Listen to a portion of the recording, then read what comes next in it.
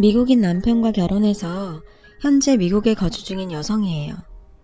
미군인 제 남편은 텍사스 시골에 있는 군부대에서 복무 중이에요.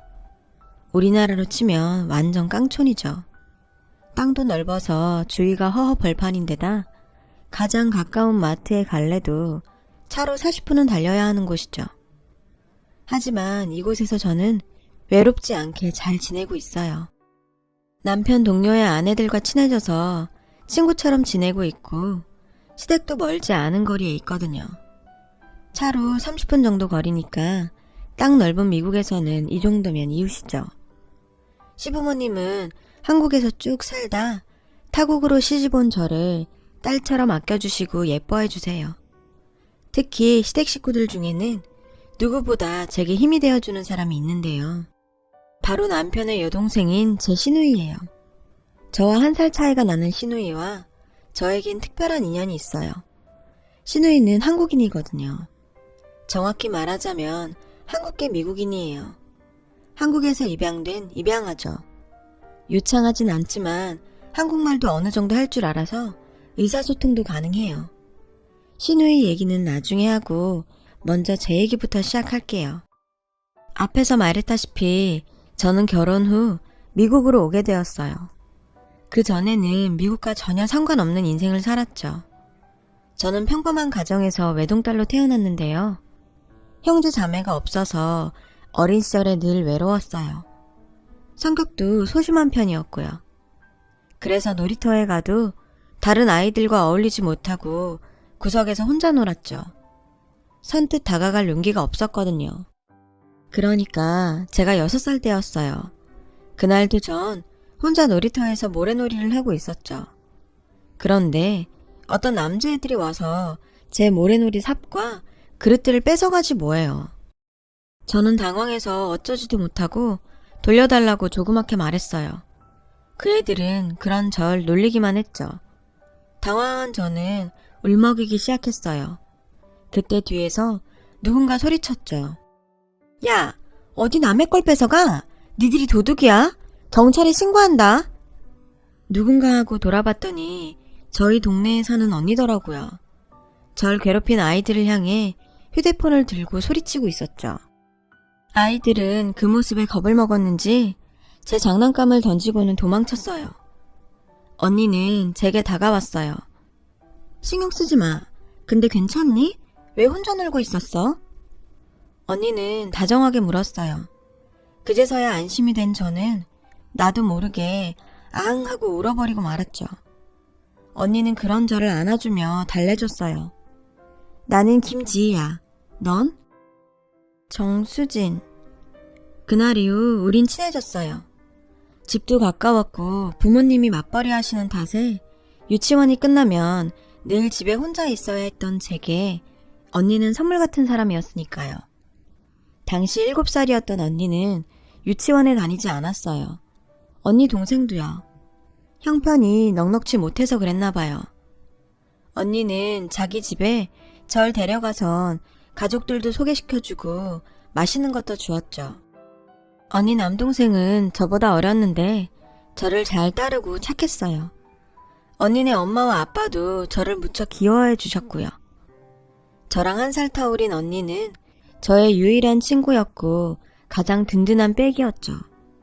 제 얘기를 들으신 부모님께서도 언니한테 정말 고마워하셨고 제 손에 들려 언니네 집에 선물을 보내거나 음식을 보내기도 하셨어요. 그러다 부모님들도 서로 친해지셨고요. 저희 부모님은 언니네 집 형편이 넉넉지 않다는 걸 알고 계셨어요. 그래서 제 옷과 신발을 살 때 언니랑 언니 남동생 것도 함께 사서 선물하시곤 했죠. 그러던 어느 날 언니는 제게 자기네 집에서 자고 가면 안 되냐고 물었어요. 언니네 부모님과 남동생이 시골 할머니 댁에 가서 혼자 있어야 한다고요. 저는 왜 언니는 안 가냐고 물었죠. 그랬더니 할머니가 언니를 싫어한다는 거예요. 언니가 가면 기집애를 왜 데려왔냐고 매번 구박을 하신다고요. 그래서 언니가 가기 싫다고 했고 언니 부모님도 허락을 해주셨대요. 저는 엄마한테 허락을 받고 언니네 집에서 하룻밤을 보낼 수 있었어요.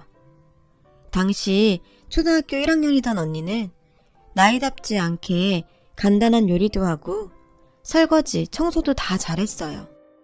어린 제가 봐도 놀라울 정도로요. 그렇게 잘 자고 다음날 아침에도 언니랑 재밌게 놀고 있는데 저희 엄마가 찾아왔더라고요. 그런데 엄마 얼굴이 하얗게 질려있지 뭐예요. 지희야, 얼른 나와. 아줌마랑 갈 데가 있어. 엄마는 언니랑 저를 데리고 나와 잡아놓은 택시에 태웠어요. 그리곤 기사님께 빨리 가달라고 부탁을 하시더라고요. 도착한 곳은 큰 대학병원이었어요. 엄마는 언니와 저를 병실로 데려갔어요. 그곳엔 환자 한 명이 병상에 누워 있었죠. 언니네 아빠였어요. 붕대를 감은 채 산소호흡기를 차고 있더라고요. 언니는 아저씨를 보자마자 울음을 터뜨렸죠. 저도 언니를 따라 울었고요. 엄마는 저랑 언니를 달래주셨어요. 1시간 정도 지나 저희 아빠도 병원으로 달려오셨어요. 안 됐어. 일단 우리가 장례식 절차를 밟아야 할 것 같은데. 전 아빠가 무슨 말을 하는지 몰랐어요. 그런데 알고 보니 언니네 부모님과 남동생이 타고 있던 고속버스를 음주운전 차량이 들이받아 사고가 났다지 뭐예요. 고속버스 승객들 중에는 중상자와 사망자가 많이 나왔는데 사망자 중에 언니네 엄마와 남동생이 있었던 거죠. 다행히 언니네 아빠는 운 좋게 목숨은 건지셨지만 다리를 많이 다쳤대요. 의사 선생님 말이 수술을 해도 앞으로 정상적인 활동은 불가능할 거라고 했대요. 저희 부모님은 꼼짝 못하시는 아저씨 대신 언니네 엄마와 남동생 장례식을 치러주셨어요. 그런데 조문객도 별로 없어서 적막하던 장례식장에 소동이 일어났어요. 언니네 할머니가 오셔선 언니네 엄마 영정사진에 사트질까지 하며 고래고래 소리를 지르셨거든요. 전현이 내 아들을 병신 만들고 귀한 손자까지 데려갔다고요. 그리고는 언니를 보시곤 왜 너만 살아남았냐고, 쓸모없는 년이 살아남았다고 달려드시는 걸 저희 아빠가 막으셨어요. 지금 생각해도 정말 말도 안 되는 소리였죠. 그렇게 하루아침에 가족을 잃은 언니와 아저씨는 혼이 나간 사람 같았어요. 아저씨는 보험으로 병원비는 해결이 되었지만 다리가 그렇게 되셔서 배달 일도 그만두셔야 했습니다. 생활은 가능했지만 아저씨는 한동안 술만 드셨어요. 언니는 그 와중에도 꿋꿋하게 학교를 다녔고요. 언니는 저희 엄마가 보살펴 주셨는데요. 가끔 아저씨가 술을 많이 드시면 언니가 저희 집에 전화를 했어요. 술 냄새가 너무 심해서 못 자겠다고요. 그럼 엄마가 언니를 집에 데려와 재웠죠. 전 언니가 밤에 몰래 우는 것도 본 적이 있어요. 그렇게 2년쯤 지난 어느 날이었어요. 집에서 숙제를 하고 있는데 언니가 찾아왔더라고요. 문을 열어보니 언니가 울고 있더라고요. 왜 그러냐고 물어보니 자기랑 같이 집에 좀 가자는 거예요. 놀라서 따라가 보니까 집안에 아저씨가 누워 계시더라고요. 아빠가 숨도 안 쉬고 아침에 학교 갈 때도 자고 있었는데 지금도 안 일어나. 언니는 엉엉 울기 시작했어요. 저는 어떻게 해야 할지 몰라 일단 엄마한테 전화를 했어요. 엄마는 당장 119에 신고하라고 했어요. 그리고 119 대원한테 엄마 전화번호를 적어주라고요. 엄마 말대로 일을 처리한 저는 언니를 데리고 집으로 돌아왔어요. 결국 그날 아저씨는 언니만 혼자 남긴 채 세상을 떠났어요. 사인은 우울증으로 인한 일이었습니다. 하나 남은 어린 딸을 두고 떠날 정도로 아저씨는 심각한 상태였던 거예요. 언니는 얼마나 울었는지 장례식 내내 물도 잘 못 넘길 정도로 탈진해 있었죠. 엄마는 언니가 안타까워서 당분간 우리 집에서 데리고 있자고 했어요. 이후 일은 차차 생각해 보자고요. 애 하나 낳는다고 생활이 어려워지는 것도 아니니 그러자고 아빠도 동의하셨고요. 그런데 복병이 생겼어요. 언니 친할머니가 언니를 데려가겠다지 뭐예요?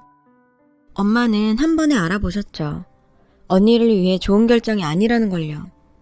장례식 내내 언니한테 내 아들 잡아먹고 기어이 너 혼자 살아남았냐고 욕하시던 걸 다 보셨거든요.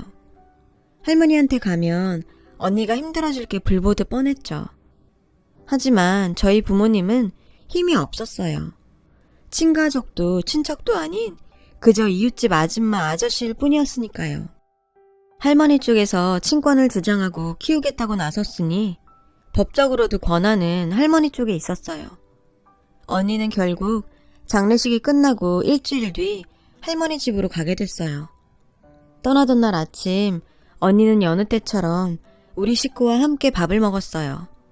하지만 누구도 음식을 삼킬 수 없었죠. 급기야 언니와 저는 부둥켜 안고 울었어요. 가지 말라고, 같이 살자고요. 엄마는 10살밖에 안 된 애가 무슨 죄가 있다고 이렇게 고된 인생을 살아야 하느냐며 눈물을 훔치셨죠. 잠시 뒤 언니네 삼촌이 언니를 데리러 왔어요. 아빠는 언니네 삼촌을 보곤 걱정을 하셨죠. 인상을 보니 어린 언니한테 무슨 짓이라도 저지를 것 같다고요. 그렇게 언니는 삼촌 손에 이끌려 시골 할머니 댁으로 가고 말았어요. 다행히 엄마가 삼촌의 연락처를 받아 나온 덕에 그 후로도 언니와 전 가끔 통화를 할 수 있었어요. 수화기 너머로 들리는 언니 목소리는 늘 어둡고 우울했죠. 가끔은 울기도 했어요. 보고 싶다고요. 엄마 아빠도 그런 언니를 안타까워하셨지만 어쩔 도리가 없었죠. 그렇게 반년 정도 언니와 전 연락을 하며 지냈어요. 그러다 겨울방학이 되었고 엄마가 언니를 보러 가자고 하셨죠. 그래서 언니 집에 전화를 했는데 삼촌이 받더라고요. 엄마는 가능하다면 언니를 데리고 같이 놀러 가고 싶다고 했어요. 그랬더니 글쎄, 걔 여기 없어요. 이러지 뭐예요. 엄마는 깜짝 놀라서 그게 무슨 소리냐고 되물었죠. 아, 저도 몰라요. 어머니가 어디로 보낸 것 같은데 기집애라고 구박하는 건 알았지만 저한테도 말 안 하고 어디로 보내버릴 줄 알았겠어요? 저는 잘못 없어요. 그 삼촌은 자기한테 화살이 돌아올까봐 무서웠던 건지 변명만 해댔고 엄마는 당장 그곳 주소를 말하라고 윽박질렀어요. 결국 우리 식구는 언니네 할머니 집으로 내려갔죠. 언니 할머니란 사람은 정말 인간이 맞나 싶을 정도로 뻔뻔했어요. 우리 부모님이 언니를 어디로 보냈냐고 따지니 버럭 화를 내지 뭐예요. 내가 내 손녀 알아서 한 걸 남한테 꼬치꼬치 다 보고해야 되는 거요. 우리 집 꼴을 좀 봐요. 댁들은 먹고 싶은 거 다 먹고 배 기름칠하는 사람들일지 몰라도 우리 집은 입 하나라도 더 줄여야 돼. 걔한테도 더 좋은 데로 보낸 거요. 내 아들의 장손까지 죽이년한텐 그것도 과분하지. 암 그렇고 말고. 엄마는 화가 나서 그게 왜 지희 잘못이냐고 그 어린애가 무슨 잘못이 있어서 그렇게 구박하냐고 따졌어요. 그리고는 언니를 어디로 보냈는지 당장 말하라고 소리쳤죠. 엄마가 계속 추궁하자 할머니는 갑자기 집 안으로 들어가더니 소금을 한 바가지 퍼다가 우리 가족을 향해 뿌리더군요. 아빠가 재빨리 절 감싸서 저는 맞지 않았지만 정말 무서웠어요. 할머니는 당장 떠나지 않으면 경찰을 부르겠다고 으름장을 놓았죠. 수진이도 있는데 그만하자. 다른 방법을 찾아보자고. 아빠는 엄마를 말렸어요. 결국 우리 가족은 언니의 행방을 알지도 못한 채 그렇게 집으로 돌아와야 했어요. 엄마와 저는 그 후로도 언니네 집에 연락해서 언니를 찾으려고 노력했지만 돌아오는 건 욕설과 폭언뿐이었죠. 그때마다 전 언니가 불쌍해 울먹였고 그런 절 엄마는 따뜻하게 달래주었어요. 수진아, 열심히 살다 보면 꼭 다시 만날 수 있을 거야. 그러니 너무 마음 아파하지 마. 그 후로도 전 언니에 대한 기억을 떨치기 힘들었어요. 꿈에 언니가 나오기라도 하면 더 그랬죠.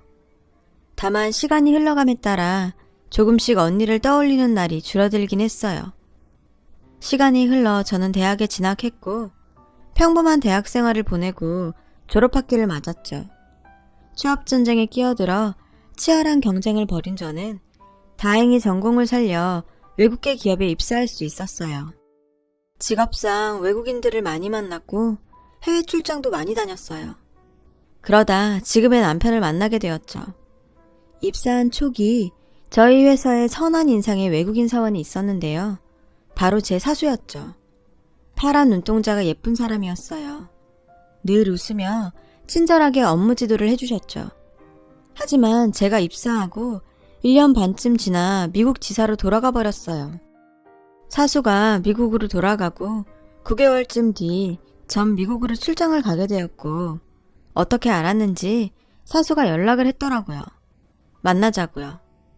약속 장소에 나가보니 사수가 데려온 친구도 있었어요. 그 사람은 군인이었죠. 처음엔 좀 우락부락한 인상이라 무서웠는데 얘기를 하다 보니 정말 재밌고 심성도 고운 사람 같았어요. 우린 서로 연락처를 주고받았고 한국에 와서도 이메일과 영상통화로 계속 연락을 이어갔어요. 그렇게 장거리 연애 끝에 우린 결혼을 약속했죠. 이 남자가 바로 지금의 제 남편이에요. 우리는 장거리 커플이라 연애 중 실제로 만난 건 1년에 5번 정도였어요. 주로 제가 미국으로 출장을 가거나 남편이 휴가 때 한국으로 왔죠. 몸은 멀리 떨어져 있었지만 마음은 늘 함께였어요. 남편은 한국에 와서 저희 부모님께도 인사드렸어요. 결혼식락을 받으려고요. 저희 부모님은 외국인 사익감을 편견 없이 봐주셨고 흔쾌히 허락해 주셨죠. 아낌없는 축복과 함께요.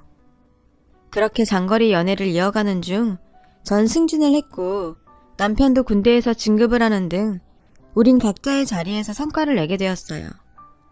경제력도 갖춰지자 남편은 제게 청혼을 했어요. 저는 기쁜 마음으로 승낙을 했어요. 남편이 워낙 믿음직한 사람이기도 했고 솔직히 장거리 연애에 지쳐 있었거든요. 양가 부모님도 허락해 주셔서 저희는 본격적으로 결혼 준비를 하게 되었죠. 남편의 직업상 결혼 후 미국에서 거주해야 했어요. 다행히 회사에서 미국 지사에 자리를 마련해 주어서 전 일을 그만두지 않고 계속할 수 있었죠. 결혼 전에 남편의 가족들을 만나기로 했어요. 남편이야 한국 올 때마다 저희 집에서 밥도 먹고 부모님께 인사도 드렸지만 전 일정이 맞지 않아 아직 인사를 못 드린 상태였거든요. 때마침 미국 출장에 잡혀서 시부모님께 인사를 드리러 가게 되었어요. 차를 타고 남편과 함께 본가로 가는 동안 남편은 자기 여동생에 대한 얘기를 했죠. 솔직히 전 시부모님을 만나면 뭐라고 해야 할지 입속으로 연습을 하느라 남편의 말을 귓등으로도 안 들었어요. 남편은 몰랐겠지만 말이에요. 그러는 사이 본가에 도착했죠. 예쁜 2층 집이었어요. 현관문을 여니 시부모님께서 나와 저를 맞아주셨어요. 미국 홈 드라마에 나올 법한 인자하고 푸근한 인상이었습니다. 어머님은 저를 꼭 안아주시며 잘 왔다고 환영해 주셨어요. 그때 젊은 동양인 여자가 눈에 띄었어요. 남편은 자기 여동생이라며 소개했죠. 깜짝 놀랐어요. 백인 남편한테 동양인 여동생이 있을 거라고 누가 상상이나 했겠어요? 저는 그제야 여동생이 입양된 동생이란 걸 알았어요. 차에서 흘려들었던 남편의 말이 이런 얘기였던 거죠. 전 놀라지 않은 척 웃으며 인사를 했어요. 미국식으로 제 이름을 밝히면서요. 그런데 제 이름을 들은 남편의 여동생이 저를 보고 눈물을 흘리지 뭐예요. 저와 남편, 그리고 시부모님도 모두 당황했어요. 남편은 왜 그러냐고 동생에게 물었죠. 그러자 여동생은 제게 다가와 말했어요. 영어가 아닌 한국말로요. 수진아, 나야. 나 언니야. 어릴 때 같이 놀았어. 지희 언니. 어설픈 한국어였지만 저는 그녀의 말을 알아들을 수 있었어요. 오랜 시간 제 마음속에 간직했던 한 사람, 지희 언니였으니까요. 언니? 정말 언니야? 언니는 어릴 적 얼굴이 많이 남아있진 않더라고요. 어릴 때도 예뻤지만 더 예뻐진 언니였습니다. 어느새 두 눈에 눈물이 차오른 전 언니를 향해 울먹이며 말했어요. 언니는 달려와 저를 왈칵 끌어안았어요. 저도 언니를 끌어안고 엉엉 울었죠. 남편과 시부모님은 이게 무슨 상황인가 어리벙벙하게 서 있다가 언니를 통해 제 얘기를 들으시고는 놀라서 입을 다물지 못하셨어요. 어머님은 세상에 무슨 이런 기적 같은 일이 있느냐고 눈물을 훔치셨죠. 언니는 저와 헤어진 이후의 이야기를 들려주었어요. 당시 언니네 할머니는 언니를 지인집에 식모로 보냈더라고요. 언니 월급은 할머니 계좌로 꼬박꼬박 들어갔고요. 언니는 노예처럼 구박을 받으며 일을 해야 했죠. 고작 10살짜리가요. 견디다 못해 3달 만에 새벽에 몰래 집을 탈출했대요. 지쳐 쓰러질 때까지 걷고 또 걷다가 저 멀리 교회 십자가를 보곤 무작정 교회로 들어갔대요. 그리곤 다짜고짜 목사님을 붙잡고 도와달라고 말하곤 그대로 혼절했어요. 목사님은 언니를 교회 부속 보육원으로 데리고 가셨대요. 그곳에서 언니는 할머니한테 보내질 게 두려워 자기 이름도 말하지 않고 부모님이 돌아가셨다는 말만 했다더군요. 목사님은 언니 나이가 있어서 입양은 힘들 거고 보육원에서 양육하는 걸로 하자고 했다나 봐요. 그런데 목사님의 예상을 깨고 언니를 입양하겠다는 부부가 나타난 거예요. 바로 저희 시부모님이었죠.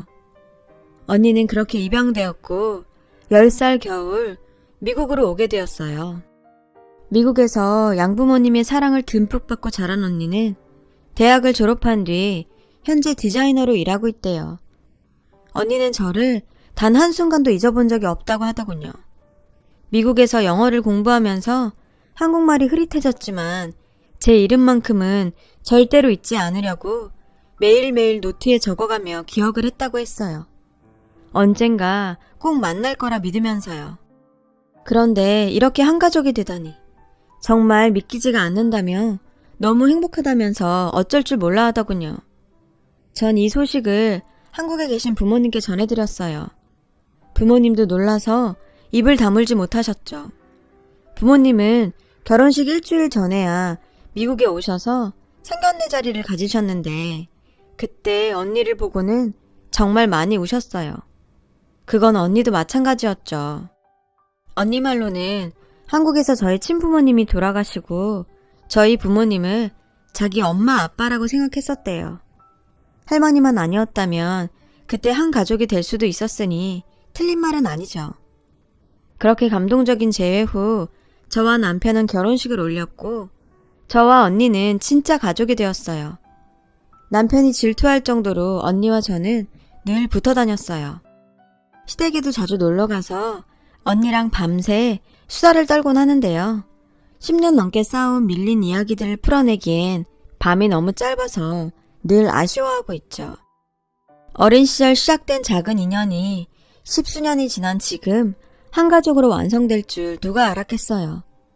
저희 부모님도 먼 타지 생활을 걱정하셨는데 어릴 때처럼 지희가 있어 외롭지 않겠다시며 마음을 좀 놓으시고요.